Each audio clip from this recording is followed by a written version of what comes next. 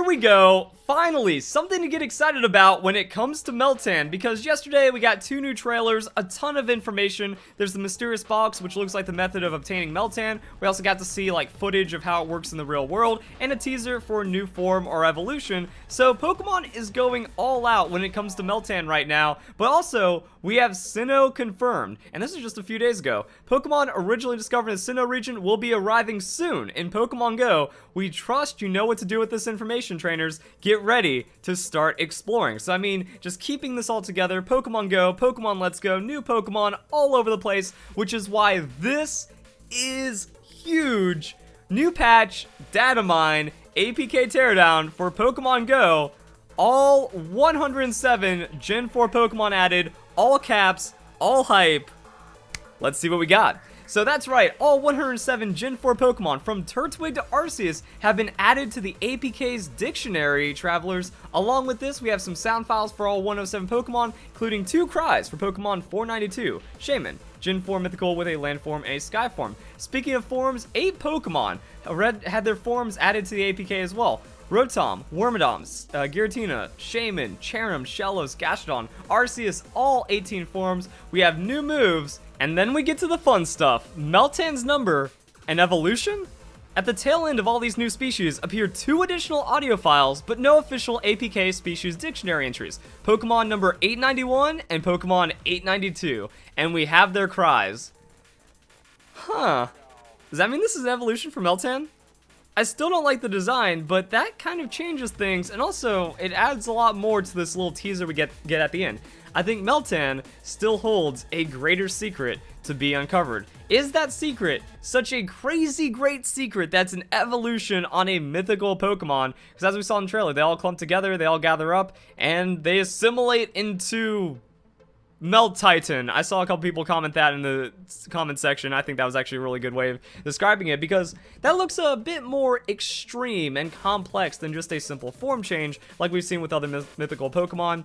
Hoopa does go from like being all small into it like Hoopa Unbound, which is kind of crazy, but I don't think a Game Freak would do something like that again. Also, because of Generation 7, anything goes. We have Cosmog into Cosmoem into a split evolutionary line, Solgaleo Lunala. We have evolution legendaries. Also, Type Null and Sylvalia are legendaries. So who even knows anymore, guys? Which means I guess that Meltan could be a mythical Pokemon despite its abundance and strange ways like that it kind of all of a sudden exists in the Pokemon world. And if they just kind of like merge together, because Meltan, it eats metal, and then they can use that to grow. We see different sizes of Meltan and stuff. So eventually something can happen and we get an evolution out of it, which is kind of supported by this. Also, it's listed as the Pokemon numbers. If these were IDs, then that means the IDs would probably line up like more with what we see up here, because we have 2 cries for Pokemon 492. It would be categorized that way, and then it would be like that'd be the separation. But these are completely different entities, which suggests it's not about IDs, which means national dex, which means my original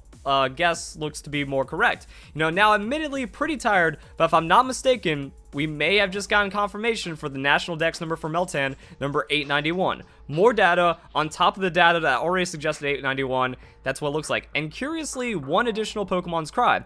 It seems highly probable this is an evolution of Meltan, hinted at the official video early today, or another form. Either way, we're loving the Meltan mystery and how Pokemon Go gets a major role in the release-friendly new Soldier Blot. And then, you know, initially had copy-paste error from 890 to 891. So yeah, it wasn't 890, 891. We have all that fun stuff, and it looks like, yeah, we have Pokemon 891. Now, that was always something that's been happening with the reveal, or at least like the original network data for Meltan. You know, labeled Kecleon Pokemon Go, Unity files are tagged with Pokemon 891. And that brings us to one of the biggest problems in the Pokemon community right now, if not society in general, and that's popularity beating fact. That I stated the fact that Cerebi did not prove that Meltan is a Generation 7 Pokemon, and it got tons of dislikes. And unfortunately, the way that YouTube works is that if you get more dislikes than likes, video stops getting promoted, so effectively censoring and suppressing the information just because they don't want Joe Merrick to look bad. By the way, leave a like on the video if you want the truth and facts to get out there, because all you have to do is just read his post and break it down. We have no confirmation of this, that Joe Merrick and Cerebi's assertion that the nut Pokemon isn't number 891, is Generation 7, not Generation 8, not founded in fact. It's a nice theory, you know, going off the ID numbers, looking at it in a different way. Alright, props. But the problem is, he's too biased. He only wants Meltan to be Generation 7 because that is his mentality, that if a Pokemon appears in that generation, it is only going to be that generation. But again, Pokemon can do whatever they want. They might not see Pokemon Let's Go Pikachu and Eevee as a strictly Generation 7 game. It's for the Nintendo Switch, so new console, which could put in a gray area right there. Also, it's kind of like a separate main series. Junichi Masuda even said this, that if Pokemon Let's Go Pikachu and Eevee does well, they might actually continue the Let's Go series, but also have the other RPGs kind of stay in their own lane and then take different paths. So because of that, it's in a different space. And also, we don't have any of the Pokemon past the original 151, besides the Alolands and maybe Meltan and who knows what other Pokemon. But for the most part, all the new Pokemon outside of Generation 1, they are not going to be in the game. So because of that, Game Freak might not see it as Generation 7 exclusively, so that means Meltan could really just be a Generation 8 tease to help promote Pokemon Go, sell Pokemon Let's Go Pikachu and Eevee, and then promote the new game coming out in 2019. All of that is very possible, and Joe Merrick's theory has a ton of flaws. That Zeraora is number 888. So Gen 7 starts with 801 with Marini, goes all the way up to 888 with Zeraora. Problem, that gives us a little bit of a space. That gives us 2 slots that don't have any IDs, even though Meltan is the new and only Pokemon that could fit in that spot. So it looks like coincidence. And that's just what happens when you look at the way the assets start happening. Generation 6 Pokemon's assets start at 701 with Furfrou all the way up to 774.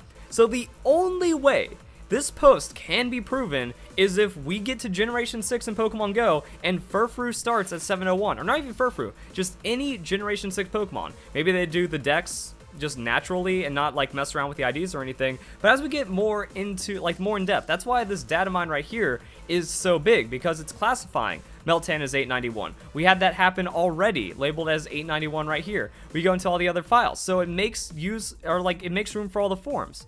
So with all this on top of that, with the APK and the data mine, there isn't anything to suggest that Generation 4 is doing the ID shenanigans that would support Meltan being an ID for Generation 7. It all just kind of lines in. New sounds, new move, Meteor Mash, all Gen 4 cries, 891, 892 cries. So still being known as 891 and 892 inside of Pokemon Let's Go, and that just makes the most sense from a programming and development standpoint, that you don't mess with the Pokedex and then you just keep it going. It just makes more sense that way instead of the IDs that go all out of Pokedex order. So that's the thing. And by the time we figure out what Generation 6 is going to do in Pokemon Let's Go, we're already going to know if Meltan is Generation 7 or not, or Generation 8. And there's also a couple of other weird things. All forms and Mega Evolutions are listed on the base Pokemon's asset number, so Mega Blastoise is 951. So then, if Mega Blastoise is 951, then that means the ID number is being all scrambled and jumbled, like we see Marini up to Zeraora, starting with Furfrou, skipping around from 649 with the end of Gen 5. That isn't really supported by the Foundation. So now that Pokemon Go, they're already just kind of reclimbing the scale with a set dex, with the set national dex, they can just follow it in, because, yeah, Pokemon Go has the same data as the Alolan forms, but that isn't proof. Of course this is up in the air, but the facts speak for themselves. I think this is incredibly disingenuous of Joe Merrick to say that the facts don't speak for themselves, because you don't have any real proof that it's going to be the exact same for IDs. And then you admit it's up in the air, but then you go and try to just immediately shut anyone down that disagrees. That's kind of weird. So yeah, if it was logically they'd continue the pattern on 901. That's a big if that you're burying in your facts right there. And then going to this, we have all the data. It's Pokemon 891 from the data mining and all the stuff like that. So we just keep going more into the assets. And now that we have this, even other people that are, reading the APK, that are data mining on the Sylph Road for Pokemon Let's Go. And another thing is, the guy that did it, he is a major player, 202,000 post karma, because he goes in, does the APK teardown, and his interpretation is that from the data, from how it compares to everything else, it looks like Meltan is Gen 8, and then we have a new form or evolution on top of that, so that makes things even crazier. So I mean, this guy is certainly reliable, certainly credible, and more so credible than Joe Merrick and his theory, because he directly deals with Pokemon Go. Joe Merrick is trying to relate Pokemon Go to the main series games, and doesn't really have anything to substantiate that. So that's why I feel like we're in all kinds of craziness. We could have some problems, but Meltan looking more like Gen 8 right now, and then that means my other video, which I guess I'll link in the description if you're interested, talking about the other potential, you know, the 83 new Pokemon in between Zeraora and Meltan, and what that means for Generation 8, all kinds of stuff like that. So, hope you guys enjoyed the video. Hope you all have a nice day. Thank you very much for watching.